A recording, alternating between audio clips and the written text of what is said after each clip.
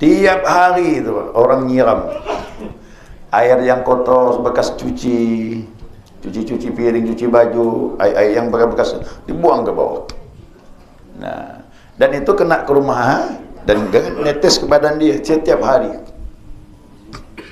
Sampai 2 tahun, Pak, tak ada ngeluh dia. Zalim tak orang tu? Tapi apa yang terjadi? Orang yang membuang sesuatu air dari atas ke bawah tu, dia turun ke bawah melihat pakaian Imam Ahmad bin Hanbal tu basah kena air bekas pembuangannya tadi. Kenapa baju basah? Dari atas, kata dia. Aku tinggal di atas. Selama ini kau buang air jatuh ke rumah aku, kata dia. Marah ke Imam Ahmad bin Hanbal? Enggak, cuma dia nyampaikan ya, air dari atas turun ke bawah. Menangis Pak orang di atas tu. Nangis dia, minta maaf dia. Masuk Islam dia. Jadi jangan dianggap kezaliman itu jahat, tapi banyak hikmahnya kalau kita sabar menghadapinya. Zalim tu Pak. Nah itu saya bilang ini tasawuf nih. Ini kita bicara tasawuf, bukan pakai hawa nafsu. Kalau hawa nafsu sih dah kita nyincing tangan gini. Lebam muka kau tu. Itu hawa nafsu Mak.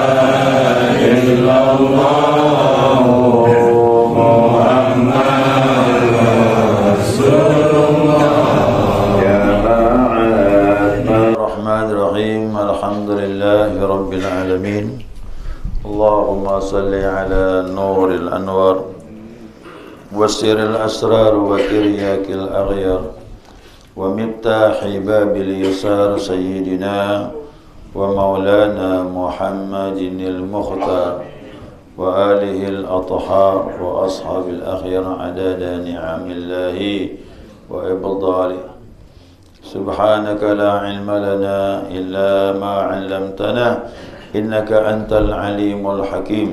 اللهم ذكرنا ما نسينا وعلمنا ما جهلنا ولا حول ولا قوة إلا بالله العلي العظيم. قال المصنف رحمه الله تعالى ونفعنا بعلومه في الدارين آمين. جماعة الصبح رحمكم الله. السلام عليكم ورحمة الله وبركاته. Alhamdulillah, senantiasa kita mengaturkan pujian dan syukur kita kepada Allah Azza wa Jalla atas limpahan rahmah hidayahnya subuh ini. Atas izinnya kita dapat melanjutkan kajian kita, mudzakarah kita, panduan kitab Al-Minahus Saniyah. Nah, selanjutnya pengarang menyatakan wa ammal kaunul ikhlasil kamil la yahsulu illa bidzikri. Pengarang mengatakan adapun ya kesempurnaan yang sempurna, maka keikhlasan yang sempurna. Ini masalah ikhlas ni ya. Ya, sebelumnya kalau tidak salah mengenai kasyaf. Ya, mengenai kasyaf. Nah, sekarang ikhlas. Ya, adapun ikhlas yang sempurna la yahsulu illa bidzikri. Ya, tidaklah didapatkan kecuali dengan zikir.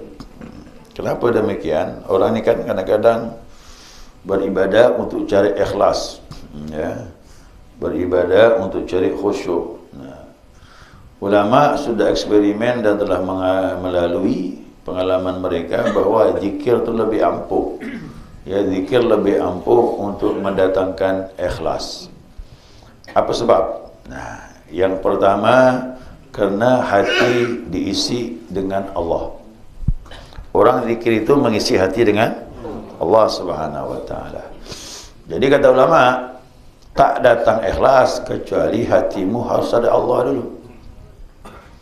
Nah, hati yang lalai dari Allah sulit ikhlas. Dipaksa-paksakan pun tak bakal ikhlas. Walaupun ditakbir, dikhusyuk-khusyukkan, tak ikhlas. Dipejam-pejamkan mata pun tak ikhlas. Jadi ini bukan pekerjaan fisik, ya. Ini pekerjaan hati.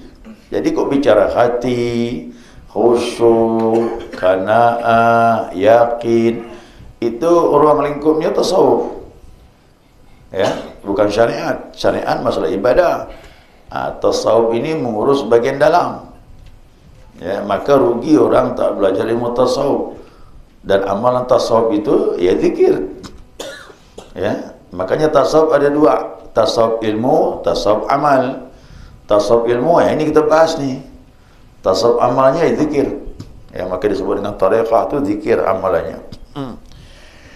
Nah, itu yang pertama, ya. Yang pertama, hati diisi dengan Allah dulu, baru bisa datang ikhlas.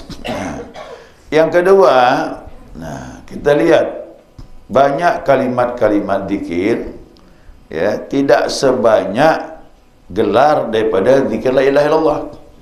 Nah, la ilaha illallah ini gelarnya banyak, sebutannya banyak, ya. Salah satunya disebut kalimatul ikhlas. Ya, disebut kalimatul ikhlas. Nah, jamaah mungkin tahu kan? Saya yakin tahu. Ada enggak suratul ikhlas? Ada. Coba lihat dalamnya. Apa di dalam itu? Tauhid. La ilaha illallah, zikir tauhid.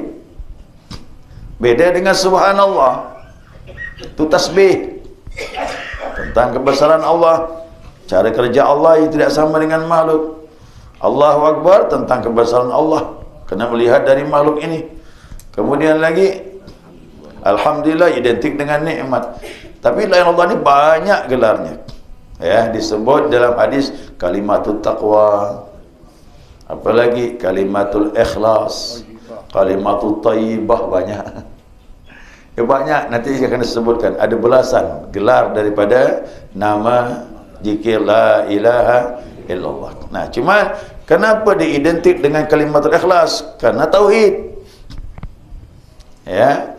Kenapa disebut suratul ikhlas? Dalamnya tauhid. Nah, qul wallahu ahad. Allah esa, satu tauhid. Allahus samad. Semua bergantung dengannya. Lam yalid wa lam, tak beranak dan tidak diperanakkan. Yang keempat, walam yakul lahu, tak boleh dibayang-bayangkan Allah Subhanahu wa taala, dia tidak ada sesuatu pun yang menyerupai Allah Subhanahu wa taala. Dalamnya tauhid. Nah, zikir la ilaha illallah pun zikir tauhid. Ya, karena menafikan dan mengisbatkan waktu la ilaha, membuang selain Allah itu.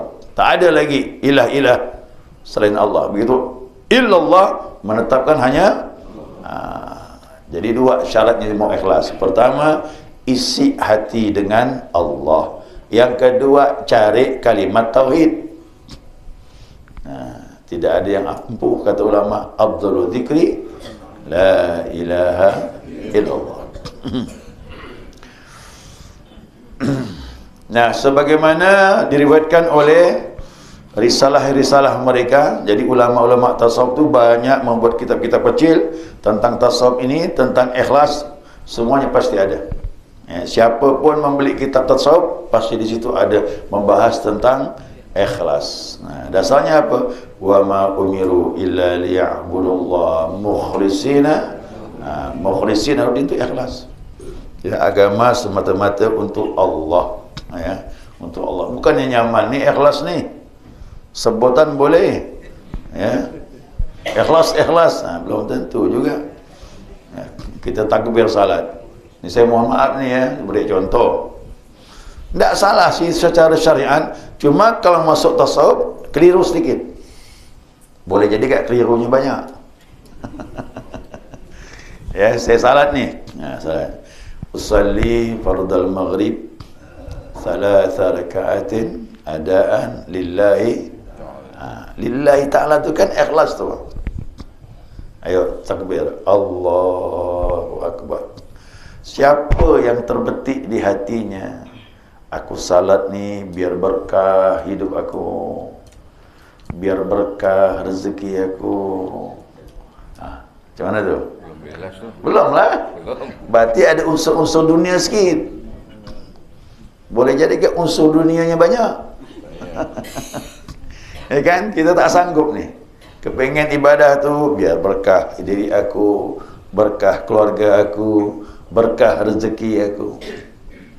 Ada lagi pada akhirat biar masuk surga. Salah ke? Secara syariat tidak salah. Tapi kalau dah masuk ilmu tasawuf, berarti belum ikhlas. Surga tu makhluk. Dan itu jangan diragukan, pasti dapat. Itu faham kan? Pasti dapat. Tapi kalau orang pamannya ibadah kepengen surga, maka kalimatnya dirubah. Usalli fardal maghribi 3 rakaatin adaan lil jannah. Allahu akbar. Bukan lillahi ta'ala lah. Lil jannah, karena ayo cuba Bani nak mengubah kalimat macam tu.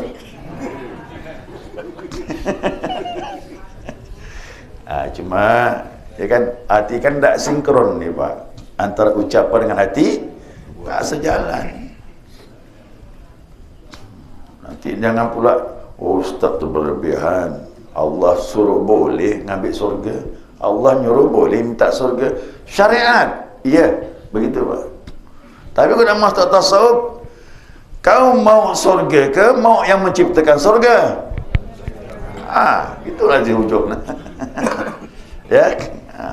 Dalam ilmu tasawuf itu, yang menciptakan surga itulah yang dicari keredaannya.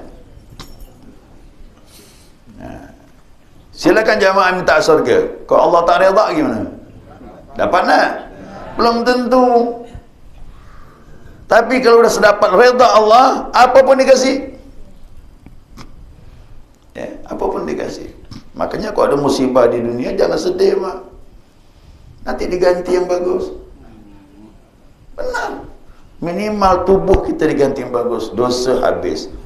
Tapi setelah itu iman bertambah, keyakinan kuat kalau menghadapi musibah di dunia itu.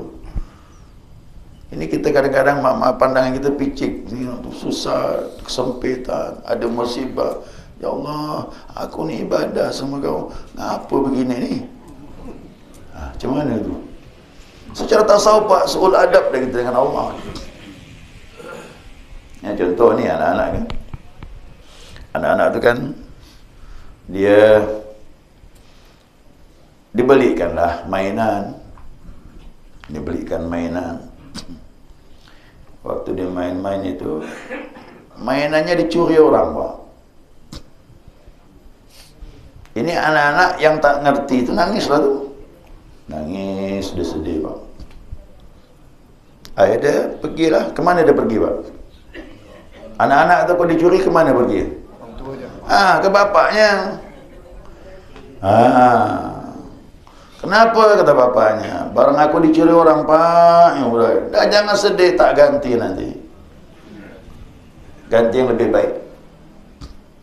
Kalau kita berfikir begini Pak, oh aman lah, tak sedih kita tu.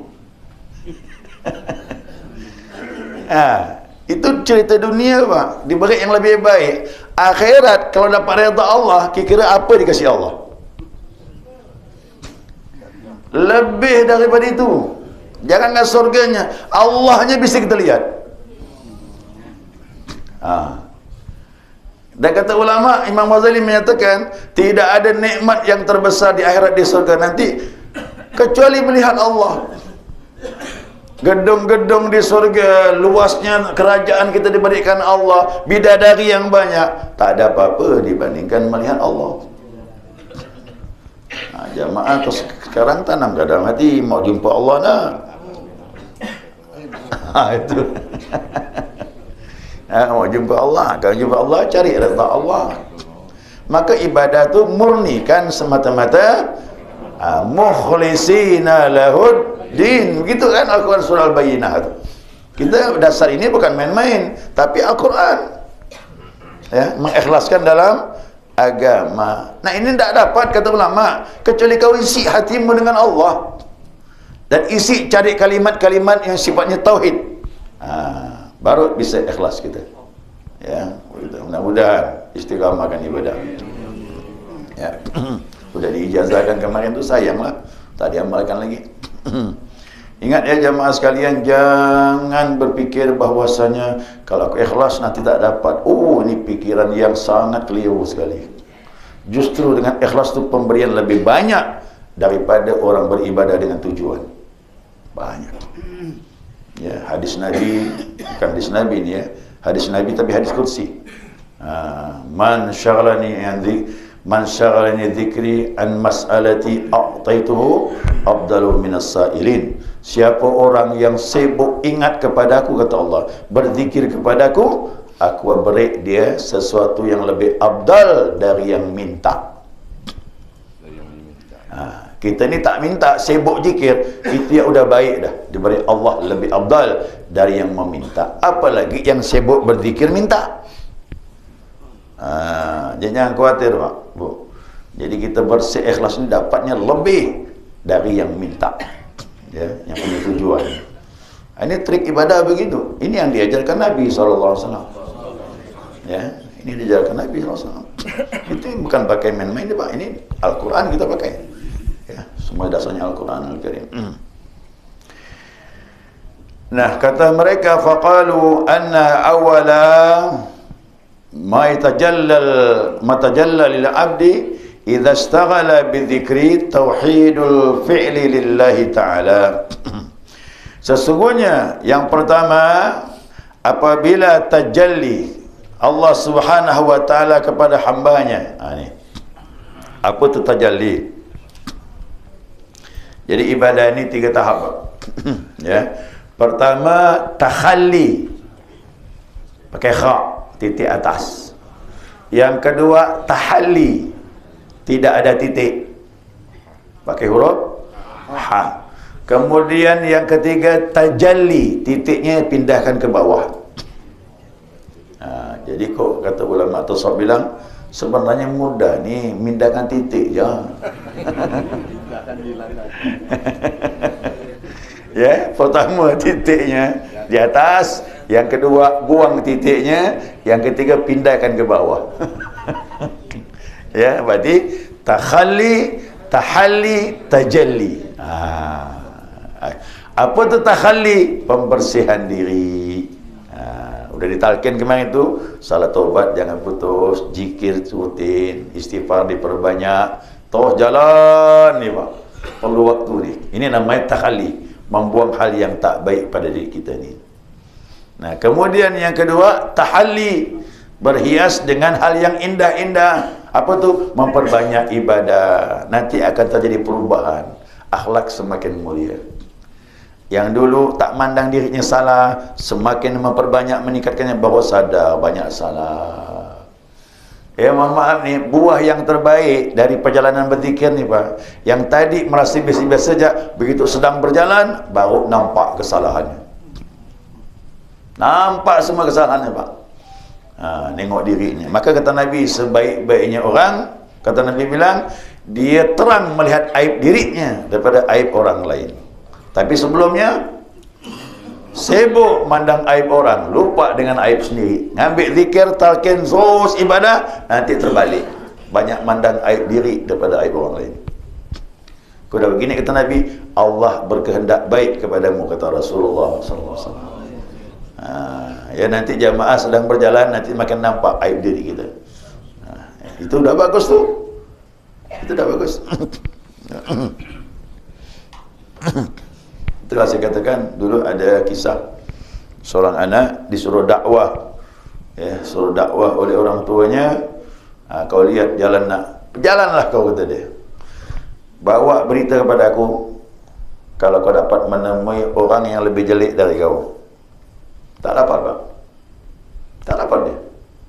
Cari orang yang lebih jelek dari dia, tak dapat. Kenapa? Aku mandang tadi orang tua Pak, kata dia bilang, aku bayangkan mungkin dia hidup umurnya lebih panjang, kebaikannya lebih banyak. Sedangkan aku ni kebaikan aku tak sama dengannya. Dahlah kata dia, berarti aku lebih jelek, kata dia. Jumpa anak kecil, oh ni tak banyak dosa ni. Aku ni banyak keliru. Ya. Jumpa orang bisu, mulut dia dijaga, mulut aku banyak salah. Jumpa orang buta, dia tak melihat maksiat, sedangkan aku ni banyak melihat yang tak baik. Lihat orang gila tak dihisap, aku dihisap hari kiamat tu. Pulang ke rumah tak mampu dia. Dah ketemu nak ada orang yang lebih jelek dari kamu? Tak ada, Pak, kata dia. Tak ada. Saya paling jelek, kata dia. Lulus kau, kata nak, kata bapa. Silakan kau dakwah, baru boleh dakwah. Jadi kalau kita melihat seperti itu, Pak, dakwah kita efektif tu. Ya, makanya syarat dakwah ni kalau mau masuk di hati orang, jangan memandang diri lebih dari orang lain. Gitu dia. Jadi memang luar biasa Pak belajar ilmu tasawuf ni. Ya, kalau tak belajar ilmu ni kita cacat kembali kepada Allah, banyak penyakit yang kita bawa. Jadi itulah dia. Jadi pertama takhalli. Nanti masuk tahalli, berhias sudah diri, banyak melihat yang tak baik, lalu akhlaknya berubah jadi yang baik. Yang ketiga baru tajalli, Allah menampakkan kebesarannya di hati hamba tersebut. Apa yang ditampakkannya? Ini perlu istiqamah tapi. Yang pertama dia bilang di sini, yakni tatkala dia sibuk berzikir kepada Allah, Allah tajalli kepadanya, dia melihat tauhid af'al. Dia melihat di alam ini, bahkan diri dia ni la haula wala, baru faham kalimat ini. Oh, selama ini aku tak menyadari, sekarang baru sadar ibadahku ni pun bukan punya aku, punya Allah, kata dia. Kalau bukan kekuatan dari Allah, aku tak bisa menyembah Allah. Baru sadar. Lihat di alam ini semuanya hakikatnya perbuatan Allah. Itu Pak dibukakan di hatinya. Ini kuda begini ni Pak, mantap dah ni dah. Apa yang terjadi setelah ini? Kalau sudah seperti ini lanjut. Dia bilang apa? Kemudian tauhidul mulki lillahi ta'ala. Berangkat dia melihat bahawa alam ini diri dia, inilah kerajaan Allah yang sebenarnya. Sebelumnya hanya kalimat-kalimat saja, tapi sekarang mata hati memandang, oh, ini kekuasaan Allah Subhanahu wa ta'ala. Baru disadari sampai yang tertinggi, tauhidul wujud lillah. Hakikat wujud ini makhluk tak ada. Semuanya hanya bayang-bayang saja. Pemainnya ada Allah sebagai pemainnya. Lihat Pak bayang-bayang dengan yang punya bayang-bayang. Yang punya tangan gini kan, keluar bayang-bayang dah. Keluar ni bayang-bayangnya. Saya tarik tangan, hilang bayang-bayang. Saya berjalan, bayang-bayang juga oh, siapa pemain di alam ini? Baru dia menyadari, Pak. Maaf ya, dengan pandangan basirah, baru dia menyadari bahwasanya seluruh alam ini berjalan dengan kekuasaan. Jadi bukan dengan nalar ini Pak, bukan, tapi dengan merasakan langsung. Ya, dengan merasakan langsung. Nah, kalau dah begini gimana nih? Dia bilang ini. Fa idza tajallala tauhidul fi'li, apabila tajalli perbuatan Allah SWT kepada hamba tersebut, kharaja kashfan wa yaqinan, keluarlah kasyaf, tembus pandang di hati dan yakin muncul an syuhudil kaunil fi'li, dan dia melihat alam ini adalah hakikatnya perbuatan Allah. Kharaja bihi aidan anit talabi thawabi alaihi, maka keluarlah daripada menuntut pahala, sedikit pun tak terbetik lagi pengen pahala. Apa maknanya ni Pak? Tatkala waktu itu seorang hamba melihat ibadah dia ni atas pertolongan Allah. Kalau dia menyadari aku tak punya kekuatan, ibadahku ni milik Allah, gimana mau menuntut pahala? Malulah. Tak tahu diri. Aku gerakkan kau sujud, kata Allah. Aku gerakkan kau i'tidal. Kalau tanpa aku kau tak bisa nyembah. Mungkin dia minta pahala. Waktu itu merasa seperti itu.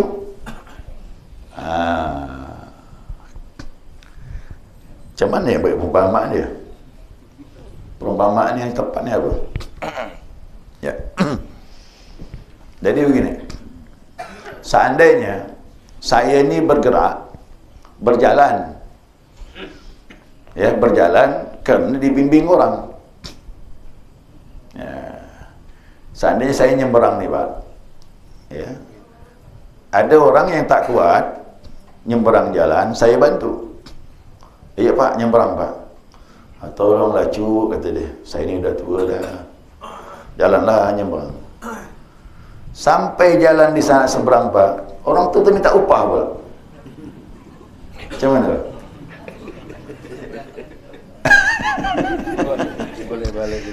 Saya bimbing dia nyeberang ke jalan, sampai di seberang minta upah pula. Bukan saya minta upah, yang saya bimbing nyeberang tu minta upah. Gimana tu Pak? Malu nak tu? Malu lah. Udah ditolong orang, minta upah lagi. Faham tu Pak? Ibadah tu udahlah ditolong Allah, minta upah lagi. Macam mana tu? Maka nanti Pak sekarang belum merasakan. Kalau tajalli afal, baru kita bisa merasakan. Nanti muadzin manggil, hayya 'alas salah, baru kita faham la haula wala quwwata illa billah. Baru faham tu. Ini saya sampaikan Pak dalam Al-Fatihah tu. Iyyaka na'budu wa iyyaka nasta'in. Kepadamu kami menyembah. Iya, nampaknya kita, tapi hakikatnya wa iyyaka nasta'in. Ditolong kita. Kalau Allah tak tolong, kita tak bisa ibadah. Dan ini tidak bisa dirasakan kecuali orang ahli zikir. Yang zikirnya telah nampak buahnya, tauhid af'al di hatinya, dia baru bisa merasakan semua berjalan atas pertolongan perbuatan Allah Subhanahu wa taala, termasuklah kita beribadah tu. Ya. Itu gambarannya seperti itu, Pak. Mudah-mudahan dapat dipahami. Ya. Kemudian kalau sudah tidak menuntut pahala bagaimana? Keluar dari bilang anil kibri, keluarlah dari sifat sombong. Tak ada sombong lagi. Apa nak disombongkan? Aku tak bisa berbuat kalau tanpa Allah. Mau sombong macam mana? Dapat rezeki banyak, macam mana mau sombong dengan rezeki? Ini betul-betul semuanya dari Allah. Jadi orang kaya itu sombong tu berarti tak faham tu ujung pangkal yang tak ngerti dia. Ya, dia sangka dia yang kaya. Yang punya kekuasaan tu dia sangka dia yang punya. Memang itu ada potensi untuk sombong. Apalagi wal ujub, heran dengan diri. Aku bisa salat ni, aku bisa baca Quran sebulan khatam. Ini ibadah, namanya heran dengan diri, menganggap dia bisa, orang lain. Ini nama ujub Pak, penyakit ni. Aku bisa tahajud, yang lain belum bisa. Padahal kau Allah tak bangunkan kau tengah malam, mana kau bisa bangun? Ini pertolongan Allah. Ada lagi yang tak sabar, dia omongkannya pula tu pagi-pagi. Udahlah salat tahajud dah betul, pagi dia omongkannya. Dia bilang apa? Kau dengar tiap malam buntuk, dengar, kuat buntuk tengah malam. Aku tertidur, kata kawannya, aku tak dengar, tapi aku dengar tu kuat sekali. Itu bunyi yang luar biasa tu waktu aku tahajud salat rakaat yang ke-6. Wah, udah aku kacau lagi dah.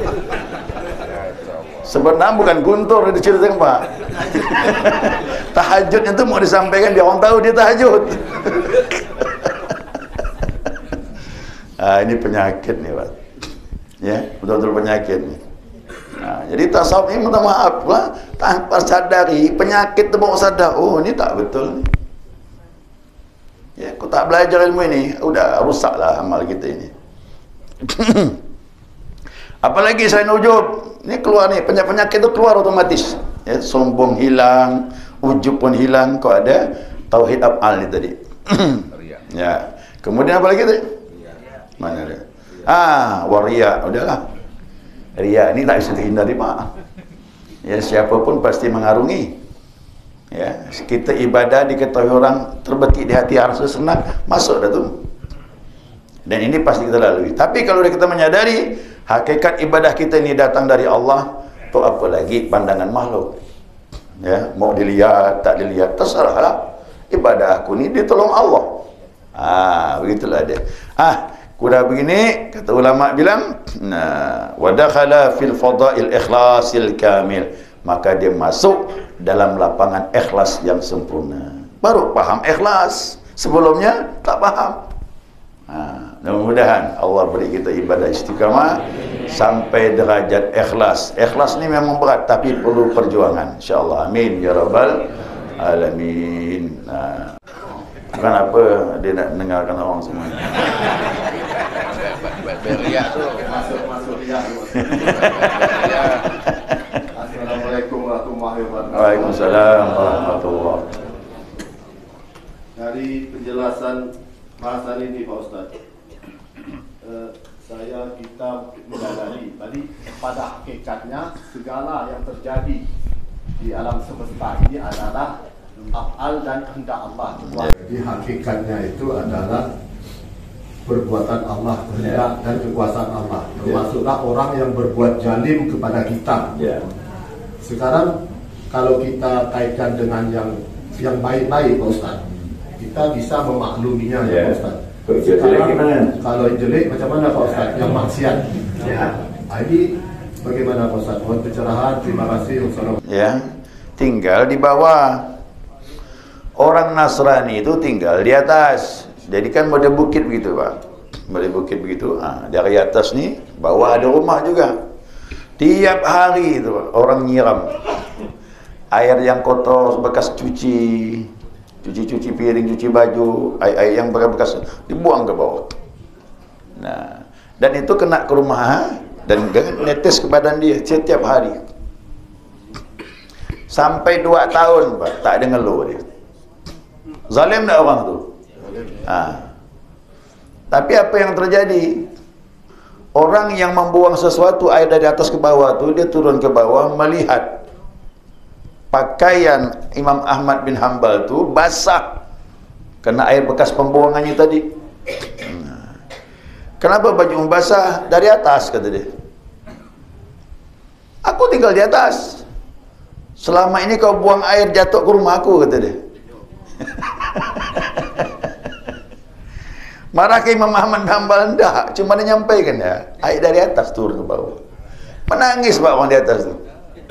Nangis dia, minta maaf dia. Masuk Islam dia. Jadi jangan dianggap kezaliman itu jahat, tapi banyak hikmahnya kalau kita sabar menghadapinya. Zalim tu Pak, Nabi Muhammad SAW tiap hari lewat di lorong tu, di gang tu diludah sama orang Yahudi. Ludah. Pokoknya fitnah macam-macam lah mulut orang Yahudi tentang Nabi. Saking benci diludahnya Nabi tu. Nabi balas nak tu, enggak. Itu sebenarnya ini tasawuf ni.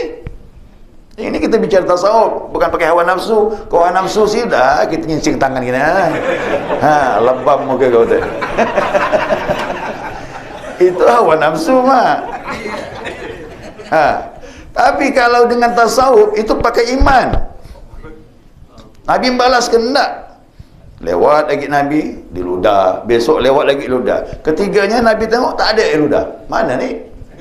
Nabi pula mencari, mana orang biasa mudah aku ni?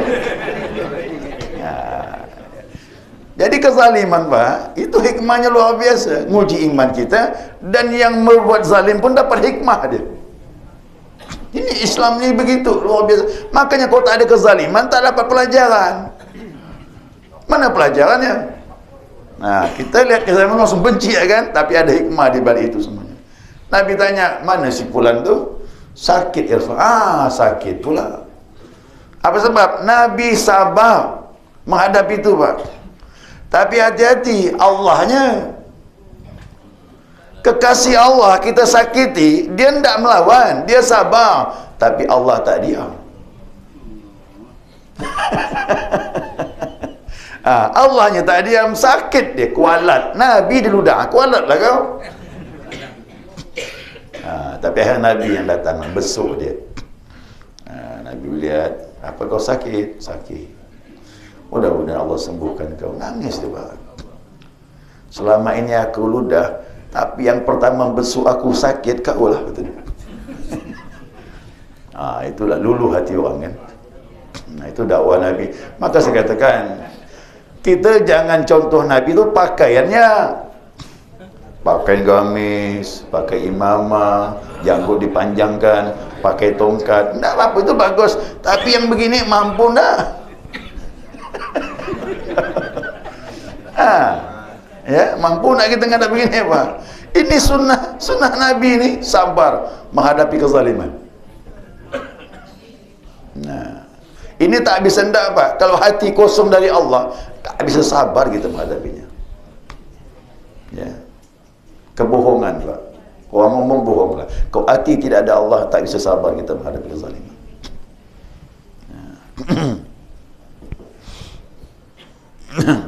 Saya ketemu orang tua, Pak, sampai sekarang.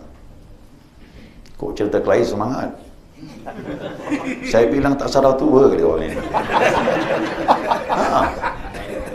Ini bawaan waktu muda dulu. Ilmu jago tu, Pak. Sampai umur 60 pun cerita kelahi semangat. Apa takut orang tua ini? Benar, Pak. Coba kau pakai ilmu ini, Pak. Ilmu ini Masya Allah, maka tak ada keselamatan kecuali itibak kepada Nabi SAW. Ini ilmu ini murni, Pak, bersih. Dunia akhirat selamat kita. Ya. Baik, sekali itu ya, cukup dah tu dah. Lama-lama lagi habis waktu ni. Ya. Subhanakallahumma wa bihamdika asyhadu an la ilaha illa anta astaghfiruka wa atubu ilaik. Allahumma salli ala Muhammad.